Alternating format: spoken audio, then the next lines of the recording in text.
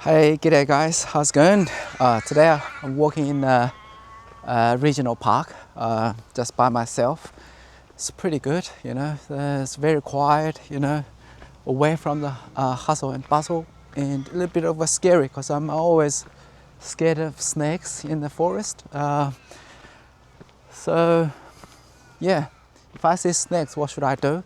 Should I run away or should I stand still? And yeah, but always a bit of, when I was a little kid, you know, I see snakes, I'm always a bit of scared, worried. But I think it is what it is, you know. If God wants you to die today, and I don't think you can make it past midnight. So yeah, it's all good. Today I just want to talk about living in Perth, you know, a year and a half, you know, how I feel. I feel like in general, the environment is pretty good, you know, the weather is pretty good. I had experienced good summer, good spring and autumn. Those seasons are really, really good. You know, I had really good fun in those seasons. Winter a bit of cold, I said it before. In my past videos, I talked about winter. Now it's July. It's really not too bad today. The weather is like 18 degree-ish, and in the morning was raining. Afternoon definitely cleared out, and it's all good. My kids are playing in the playground, and we celebrate my boys' classmates' birthday party. So that was pretty fun. We went to Cockburn Ice Arena. Yeah, I was ice skating myself. That was really, really fun. I think this is my third time going ice skating. A bit of yeah, definitely a learner. So I'm not very good at it, you know, but I want to do. You know, I want to find my balance. You know, when I was little, I never had the chance to ice skating or roller skating. My dad, you know, didn't want to spend money on it. I did have a skateboard, so it's not too bad, you know. At least I have some kind of thing to try to balance myself, which is all right. But ice skating or roller skating, I've never done it before. So yeah. So it was good fun today. I was putting a flipper in front of me. You know, I put my girl on top of the flipper, and I was holding the handle of the flipper, right? Oh man, it's a bit of a scary walking all by myself in the forest. I'm kind of worried, you know, scared of the kangaroos. You know, last time I saw a huge kangaroo when I was riding a bike. Luckily there was a fence. So yeah, definitely kangaroo, when some of the big kangaroos really big, and I don't know if they attack people or not. I'll show you guys, you know, definitely this forest. My head is always in the photo, in the frame. Anyway, I'll change my camera. So yeah, this is regional park. Was pretty cool. Definitely a good environment, you know, to do some recording, and a lot of nature. But yeah, I have just to look around, you know, in case I see a snake and I know what to do. So that's a bit of a distraction, so sorry guys for that. I just have to look around my environment, you know. So if I see a wild animal, some kangaroo or some snake, I know what to do. Anyway, I'll change my other camera back to myself. Face track enabled, and I'll just walk back, all right? You know, I don't want to, you know, go way too far, and I can't find my way out.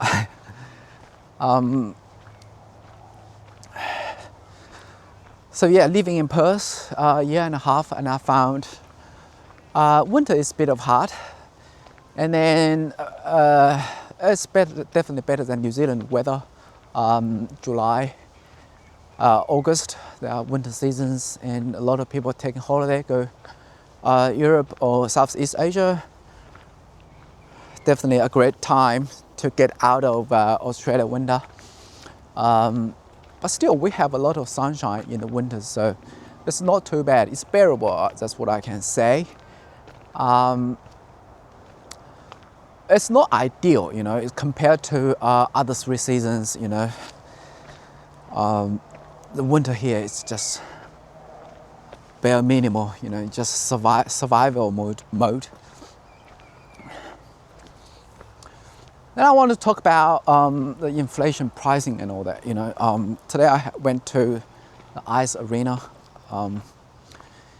had ordered chips and chicken, 3 pieces of chicken and a little bit of chips. I think it's regular sized, $17, all right, $17. $17, that's how much Thailand baht, that's how much Malaysian ringgit. I remember I spent 50 ringgit in Malaysia and I fed our whole family, right? So that was huge difference. Yeah, there was a chicken on rice, four chicken on rice, and then they all come with soup. Yeah, and then it delivered to your doorstep. I was staying in Perth Hotel, right in the middle of Kuala Lumpur. So yeah, that was 50 ringgit. That's pretty much about $25 or something. Yeah, that fed for the whole family. Right now here, $17 for 3 little pieces of chicken, all right, and a little bit of chips. So I think the price here is just it's quite expensive, and then the quality of the food, what can I say? It's just not up to par. It's very bare minimal serving in terms of the quantity and the quality. So I don't have huge expectation on the food here. Some of the food might be good, but looking at, you gotta pay a big price on that. Yeah, you're gonna. Last time we went outside, you know, for having a burger for like $30 to $40 for a burger. You know, people saying, you know, burger's all right. It's just not worth like $35, you know, for a burger. So surely, you know, the pricing of the food is not only myself being complaining. A lot of people have been complaining the price, yeah, you know, service and qualities. So yeah, I don't know when they're gonna get improved. I think the people's wage is pretty high. So that might be the reason to drive up the price. And I found that's okay, you know. I think people should make a decent pay, right? A minimum wage that can support your survival in a society.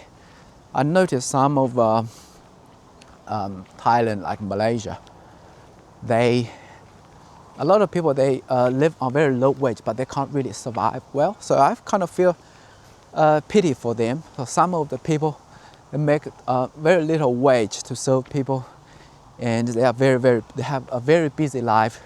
For example, food deliverer, and people working in fast food restaurants, even proper restaurants. You know, people make very tiny little bit of money, or bare minimum money that they can barely support themselves. So I think in a way, Australia is pretty good. You know, they pay people's wage and reasonable, you know, to survive. If the productivity gets improved, and I think that would be great. That's the whole point, you know.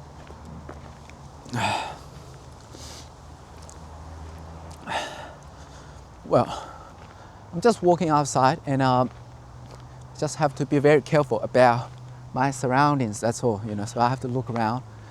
I don't really focus on any particular subject. I'm just keep talking, rambling. That's all. You know, talking about Perth, living overseas, travel, work, inflation. You know, all the things, you know, people talk about every day. And I just keep rambling. I just have to be looking after my own surroundings, that's all, you know. If I see a snake, I have to run, I have to hurry, right?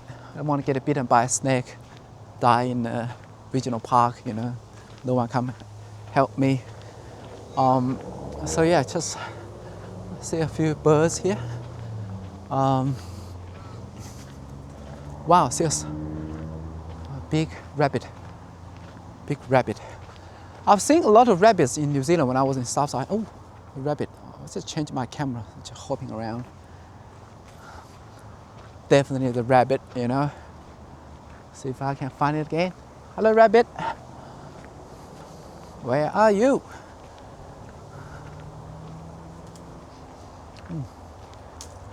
Ooh.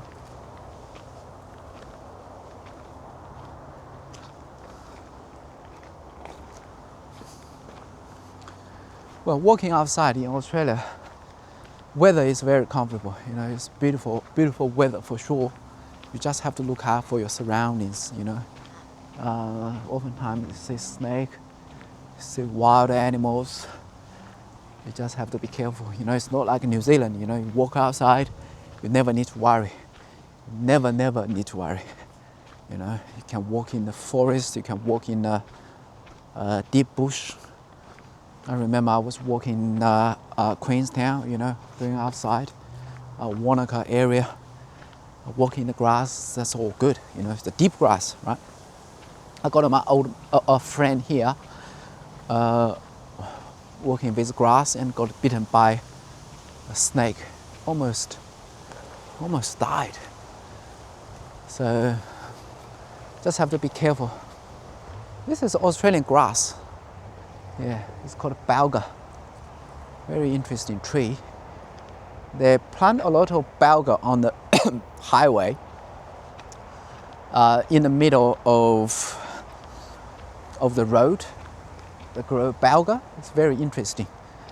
It's an Australian grass tree. Look at that. It's behind me. The low trees.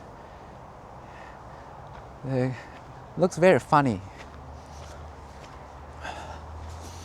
I've never seen it elsewhere, you know. Look at this tree bark, it's all black. Those trees look very cool. Australian grass tree.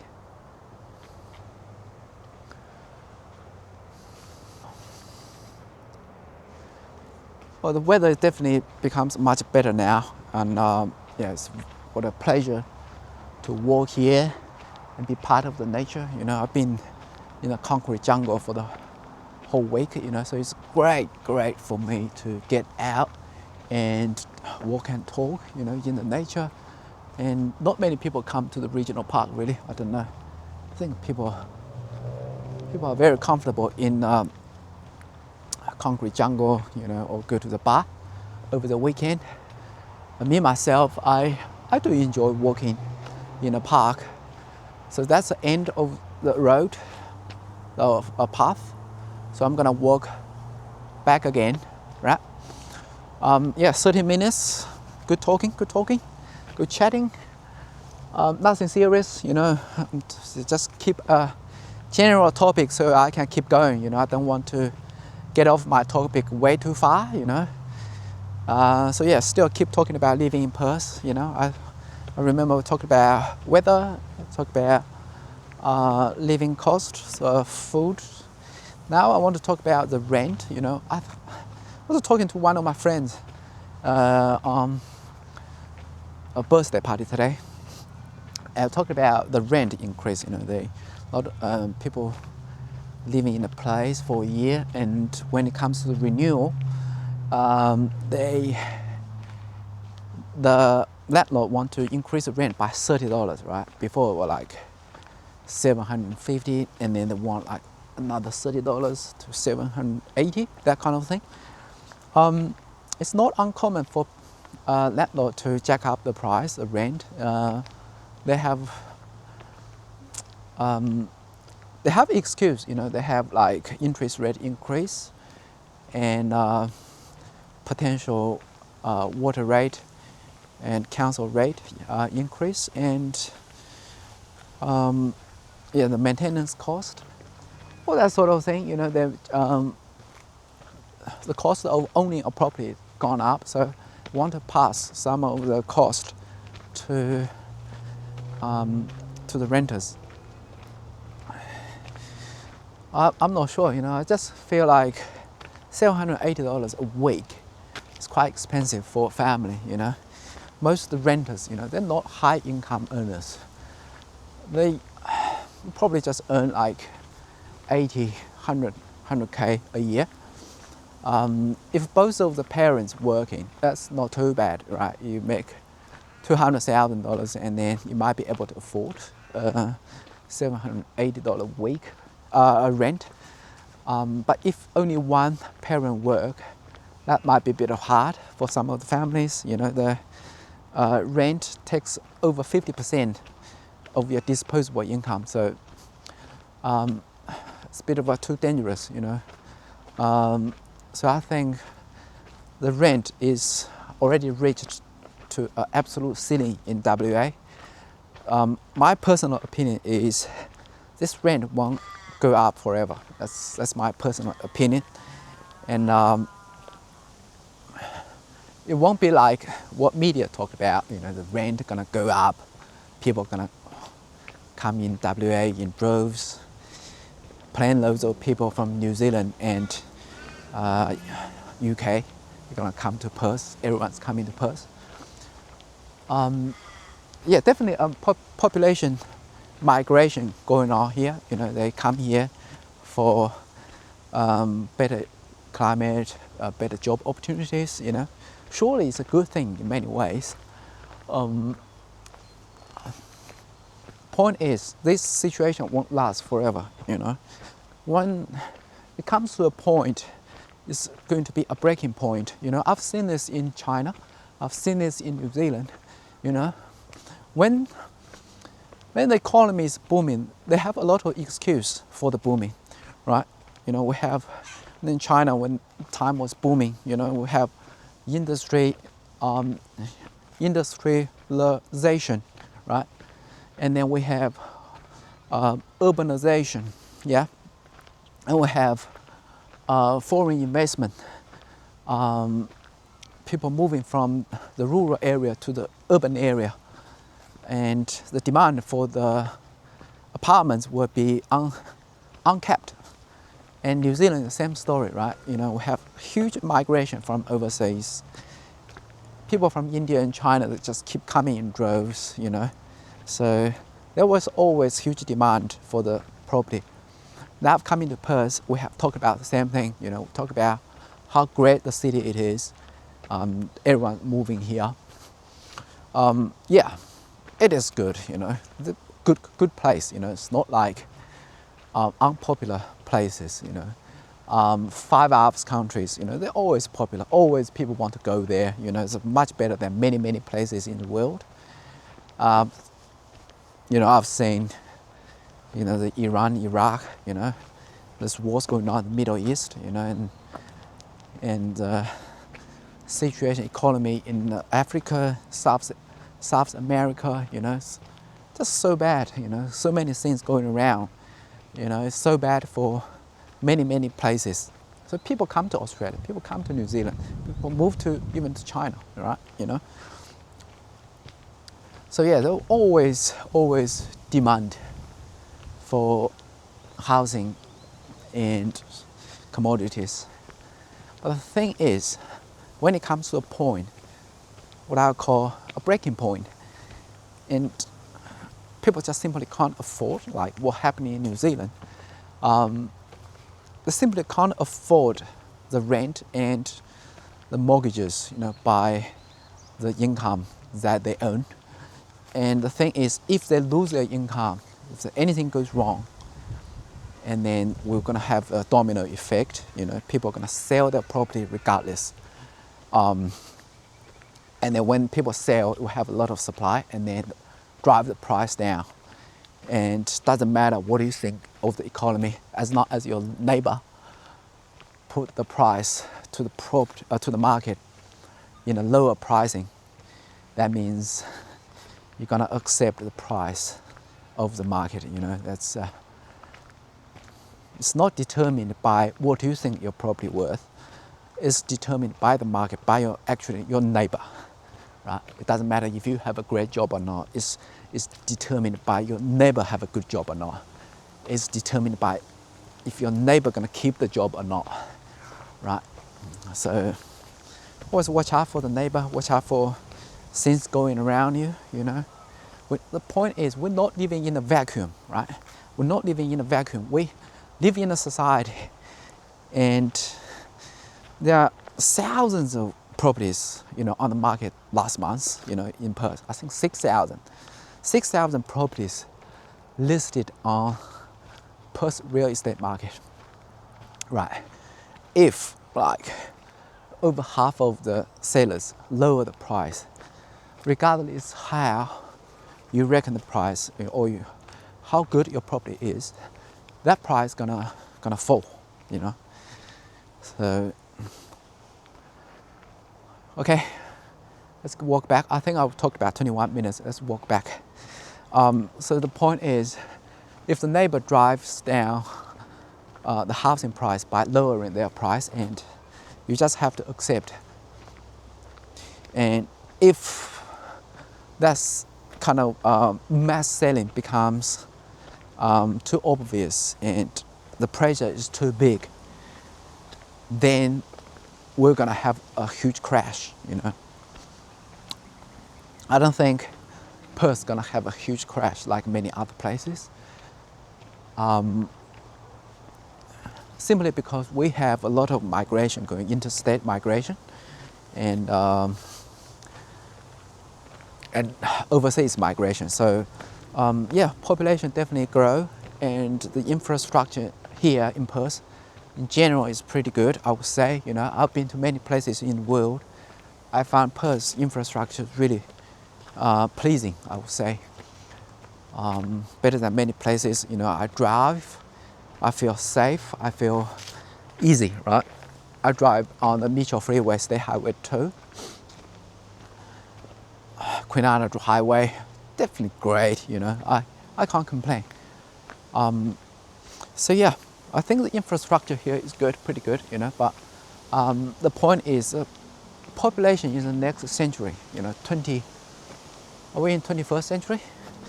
Yeah, 21st century. I think the population won't be grow as fast as 20th century and the last century, right? Look at China, growing from 4 billion to, 400 million to 1.3 billion, right? But now we're not growing in China.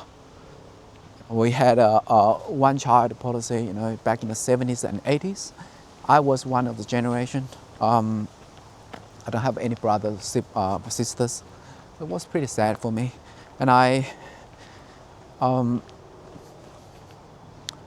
think the population will be stagnant. So if not decrease, some places they go down in population. For example, Japan and South Korea. So yeah, simply because the pricing, you know, to raise a family in Japan and South Korea is way too high. You know, it's so high. There's no point to have any children, right? You have children is a losing business. You know, you lose money. For me, you know, I have 2 children, right? You know, you have children, you lose money in terms of the cash flow, right? For example, my wife couldn't work because of the 2 children, picking up, dropping off to school, and then they have a lot of activities, you know, does martial arts, swimming, Chinese learning class. So yes, take up a lot of time, you know. For me, I have to personally spend a lot of quality time with them, you know, rather than I do my own business. You know, I provide service to other people so I can get paid. You can't, right? You just have to spend the time with your son. You know, it's a golden time for them to grow. You know, 7 years old. You know, coming up 8 next month. So golden time, you know, so I don't want to miss the opportunity to spending the time with him. So I'd rather make less money. But from cash flow point of view, you are losing money for sure. And my daughter, 4 years old, you know, completely negative cash flow, negative gearing, right? Is that called gearing? So yeah, basically you don't make money from it, you know, from it. So yeah, I can understand, you know, in Japan or South Korea, they're kind of like high pressure society, and if your housing price is completely unaffordable, and then you have high pressure in the society, right? So what's the point to have kids? So yeah, I think Japan's economy crashed in the 90s, and after the crash, you know, look at Japan, you know, it's been terrible in terms of economy development. You know, the whole generation is quiet, you know, it's muted. So it really affects generations, you know, to pay the debt off. China the same, you know, I went to China last year. It's a completely different story when I went back in 2018. People talk about how many houses I had. I had 3, I had 5, I had 7. People are very proud of how many how many properties they've got. Oh, another rabbit. This time I'm gonna change my camera just to show you guys. There's black rabbit there. See if I can zoom in. The black one. You see?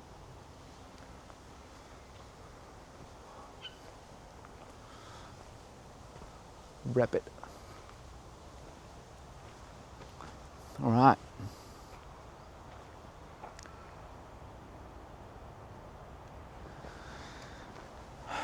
So yeah, Japan, that's Japan, you know, and China. Now no one's talking about property, you know, in China.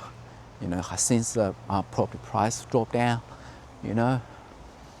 New Zealand same, you know, before people always talk about how many rental properties they've got.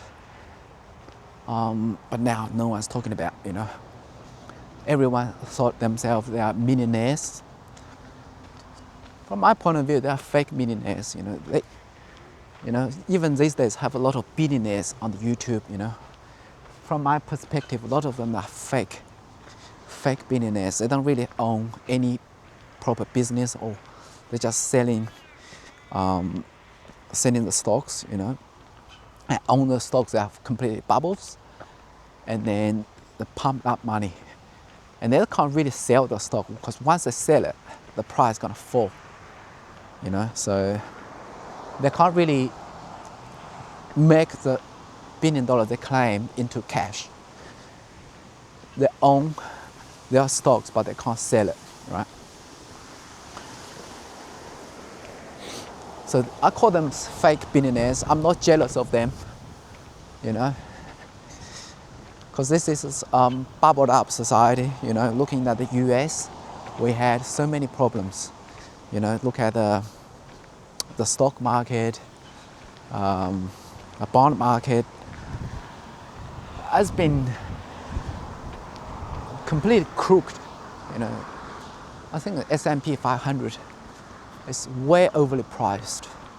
At some point, it will correct itself, right? Once the Japanese cheap money, Chinese cheap money goes out of the system, they're gonna have a huge rug pull. So it's a matter of time for me, you know. It will be coming. So yeah, that's my personal perspective, and I'll close this video in a minute or two. And I think my conclusion for Perth is it's pretty good, you know. I've been to many places, you know. Nowhere is perfect. I feel Perth is a pleasant place to live, and I do cherish my time here. So I want to make full use of my time, and yeah, I'm glad to be part of this society. I do enjoy my time in Australia. I make a lot of friends here, and I'm glad the society accepts me. I want to make my own contributions, you know, surely. A lot of good stuff about Australia, you know. I oftentimes complain about the tax, about inflation, but yeah, look at other place, guys, you know. It's terrible. Many places are terrible for everyday normal guys, you know. So next month I'm going to Thailand, and oh, that's the exit. Sorry guys, another minute, yeah. So next month I'm gonna go to Thailand, Bangkok and Pattaya. So I'm gonna take a lot of videos and to record my life and my personal perspective, you know, and I always keen to explore different part of the world while I'm still young. I'm 37 years old, and I'm only getting older and older. That's why I want to make the video while I'm young. Yeah. So I want to express myself in social media like this way, to record my personal perspective, you know. So when I get old, something is recorded, you know, so I can show them off to my offspring, you know. I was once young, you know. You know, I was once enjoying my life. So yeah, that's why I'm making the video, you know, record, you know, the status quo of myself, you know, how I feel about everyday life, and I'm willing to share. So yeah, so what a pleasure being able to share on social media, you know. Back in the day when I was young, you know, there's no YouTube, you know, nothing. So time is past, you know, nothing like this. So yeah, what a golden opportunity, golden time that we live in now. So yeah, look at the sun is up. I'm still very positive and optimistic about the future. So yeah, didn't get bitten by any snakes, so that's good. Okay, that's pretty much it. 33 minutes, record breaking. All right, guys, have a wonderful day, and I'll talk again with you soon. Goodbye. Cheers, mate. Cheers, guys.